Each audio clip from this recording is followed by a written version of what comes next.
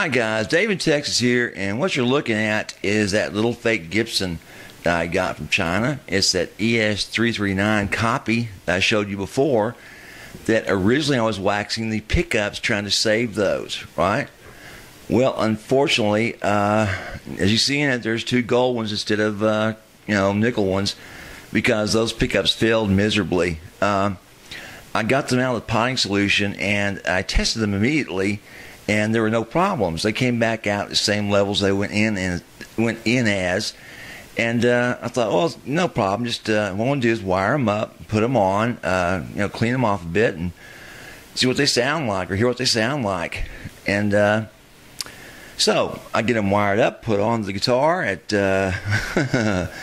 no small effort. Look at this. I mean, it's a nightmare trying to get these pots through those tiny little sound holes, right? And this one is a guitar that has a block between the pups and the cap. So that's a solid piece of wood there, guys. You can't go through that area to try to help you to mount these things. So it's all done with extremely long tweezers and your fingers and some pull wires. Not easy. So I get it all set up, and guess what? They start crackling and they start failing on me. As in, I try to go from one to the other and I get nothing. And it's like, oh my God, now what's happened? So I played with them for a couple of days, let them set for a few more days, and hopefully what's going on within them may settle. Maybe the potting will settle, and that may settle some issues with them. Nope. Got them back out, turned it on, same thing, crackling, problems with them cutting out, and I'm sure it's not from the potting because that's basically how it's done, And it wasn't too hot because I kept control of the temperature the entire time.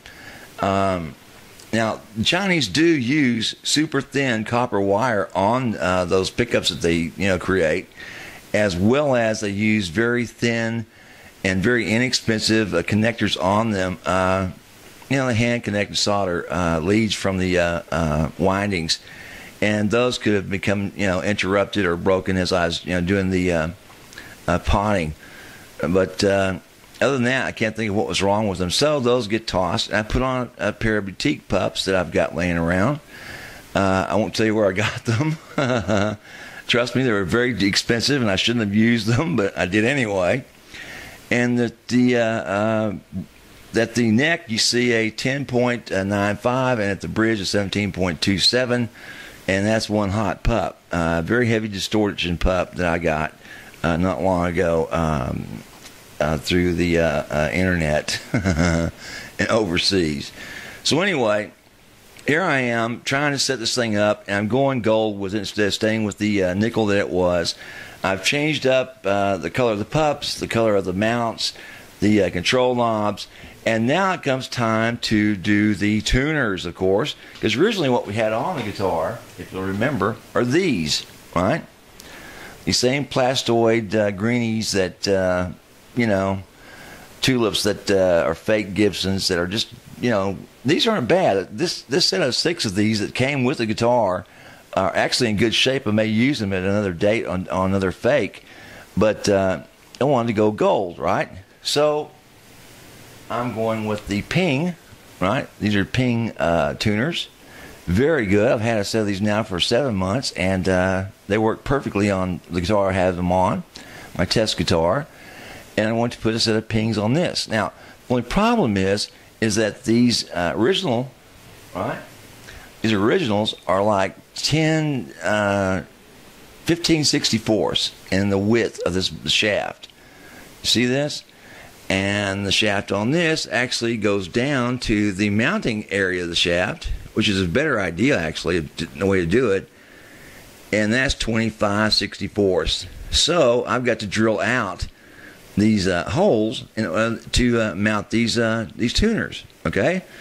And I've had a million questions about how do I do this. Now, normally, guys, I take it in my shop, get out the drill press, and I zap, zoom, and I've cut 6 holes at an angle, okay?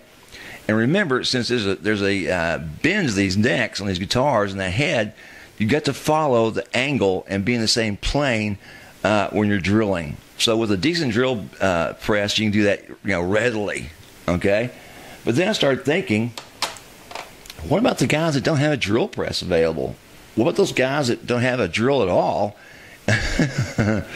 and are trying to just do this by hand, right? So I got out some antiques for y'all to look at, and I'll be right back. Just hang in there. Okay, guys, now take a look at this head itself. And as you can tell, it's at an angle, okay? And what you have to make sure to do is when you're even using a drill press is that you're at the same angle of attack that these holes are cut to, all right? Now, obviously, if you've used a drill press in the past, you know how to do this. No big deal, right? But I have all the time got guys calling me saying, I don't own a drill press, okay? And I said, well, if you own a hand drill, it can be done as well. You just have to go real slow and carefully, right? Get the measurements correct. Use the right size tool. Now, since in this guitar in particular, it has to be drilled out to a 25/64, what's the drill bit to use? Well, that's a 3/8 drill bit, right? That's a 24/64, okay? And what you have to do is then take that bit and route in there just a little bit to get that one tiny bit of wood still cut out, or you can use what they call an awl, right? Old-fashioned awl, right? And here's what it looks like. See that cutting blade on it? And believe it or not, that blade is sharp as it should be. It doesn't have to be razor sharp. It just has to be sharp enough to cut that wood and expand that wood out, all right? And as it works, I'll show you how this is done. You come at the right angle of this thing, the proper angle, and you just simply twist and put pressure to it. All right, you always see the wood, and well, that's actually polish coming out of it. All right? So, it's sharp enough to do the job, but it's slow as Christmas, okay? So, if you have a hand drill, right, best to use a variable speed hand drill that you can, come in there at the proper angle again. So I can show this. The proper angle, and drill that out with a 3/8 drill bit. Okay, now if you don't have a hand drill, I mean, if you're working with very primitive tools, check and see if someone can lend you, or if you can find one of these old antique hand drills. Right now, these things can either be collector's items or they can be junk. All right. And here's what they look like. Okay? And you've probably seen these like in cartoons before. But they're real, and it still works. Right? And the way it works is you grab this handle, right? And you simply turn it around and around and around. The drill bit turns. Okay? Now, for working on very expensive guitars, very antique guitars, I have actually used this bit because I can control every nuance of this drill bit's tip that you can think of. I mean, this is very much hands-on, complete control. No electricity involved, right? And I can actually drill this guitar out using this bit. It's a little bit cumbersome. It's a little bit large. It's meant for drilling into large planks of wood, not for fine work. But there are smaller ones. I don't own a smaller one.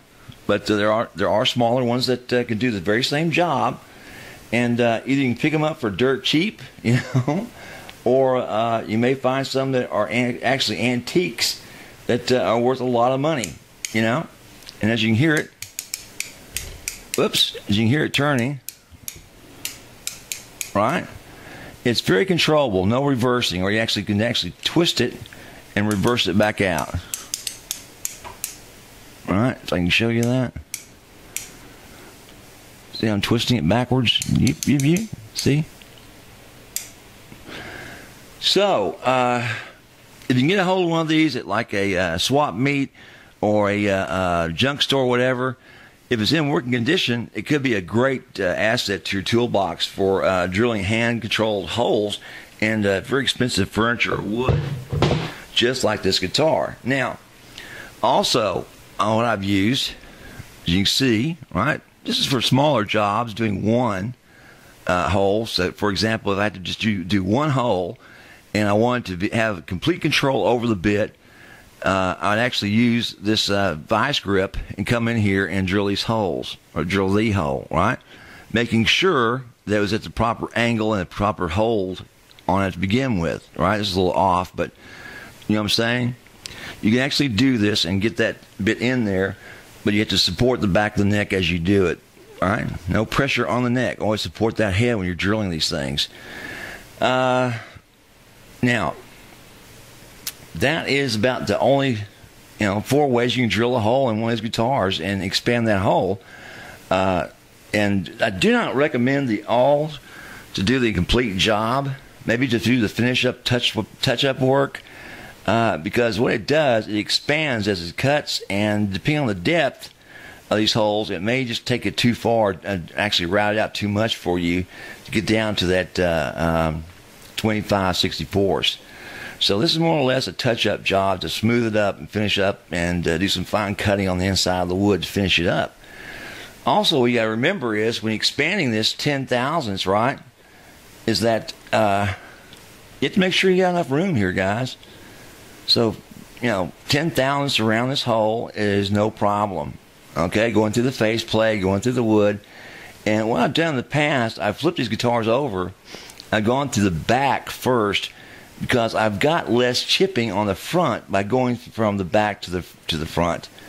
Going from the front to the back, I've got some chipping that has taken place using the drill press. So just out of habit, I flip these over and go from back to front. And using these hand tools, when I get down to the faceplate, I go switch to a hand tool rather than the drill press, and go from there. And just hand cut it out very slowly as I'm watching the bottom part of the guitar, making sure it's doing a good cutting job and not just cracking and messing the thing up. And occasionally I'll flip it over and do the top to bottom in case there's any problems. But the main trick to this is go slow with whatever tool you use and think before you just start cutting, right? And just plan your work accordingly, and it should come out just fantastically. And what I'll do, guys, once this guitar parts are all in, change it to a gold instead of a chrome. I'll put it back up there and let you hear those monster pups I put on this thing, because that one is a monster. I guarantee you, it is a bare knuckle monster. And anyhow, any questions about these or any other guitars I'm working on, guys, give me a holler. Dave in Texas. Bye.